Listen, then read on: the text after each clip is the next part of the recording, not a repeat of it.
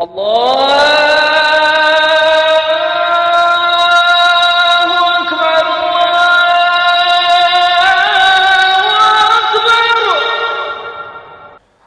عليكم ورحمة الله وبركاته.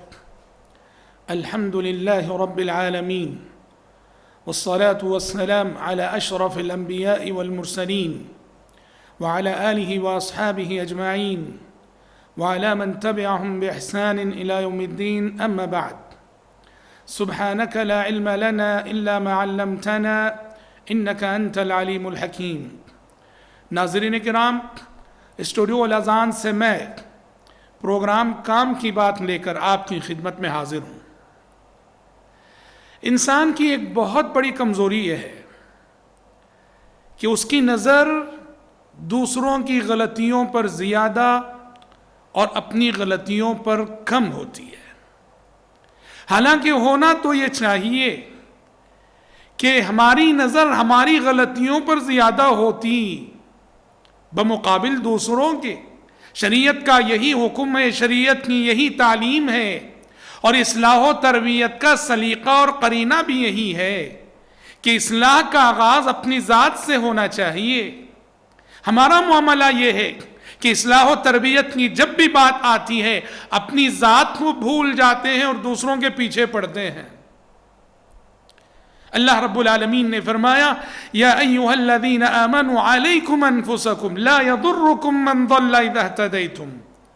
اے ایمان والو، اپنی اصلاح کو لازم پکڑو، اپنی فکر کرو۔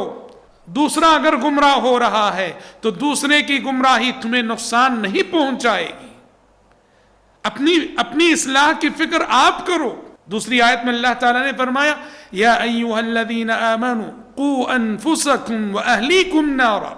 اے ایمان والو، سب سے پہلے اپنے آپ کو نار جہنم سے بچاؤ، پھر اپنے گھر والوں کو۔ تو ہمارا معاملہ یہ ہوتا ہے، شیطان کے فریب کے شکار ہو جاتے ہیں، اور شیطان کی یہ مکاری ہوتی ہے، شیطان کا یہ دھوکہ ہوتا ہے کہ دوسروں کی اصلاح کی فکر دے کر ہمیں اصلاح ذات سے غافل کرتا ہے۔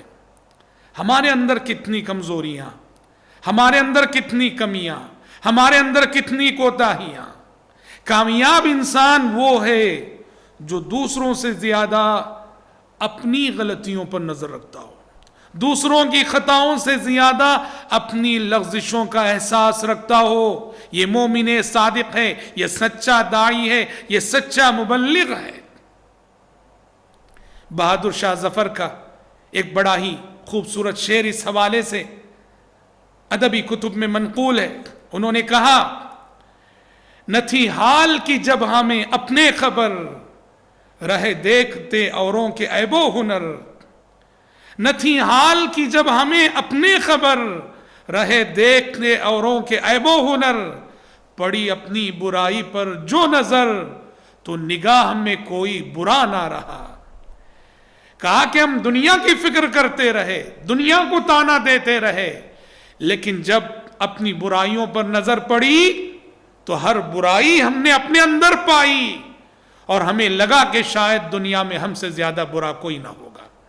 تو لہٰذا یہ مومنانہ نقطۂ نظر ہے کہ اصلاح کا آغاز ہمیشہ اپنی ذات سے، تربیت کا آغاز ہمیشہ اپنی ذات سے۔ اپنی ذات کو بھول کر دوسروں کی اصلاح کی فکر کرنا، اپنی ذات کو بھول کر دوسروں کی تربیت کی فکر کرنا، یہ دعوت و اصلاح کا طریقہ نہیں ہے، اور یہ نبی کریم صلی اللہ علیہ وسلم کی تعلیم بھی نہیں ہے۔ لہٰذا آئیے عہد کریں کہ آج سے زندگی میں دوسروں سے زیادہ اپنی فکر کریں گے۔ سب سے پہلے اپنی اصلاح کو ہم دوسروں کی اصلاح پہ مقدم رکھیں گے۔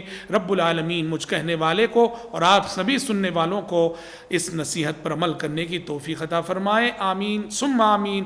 والسلام علیکم ورحمۃ اللہ وبرکاتہ۔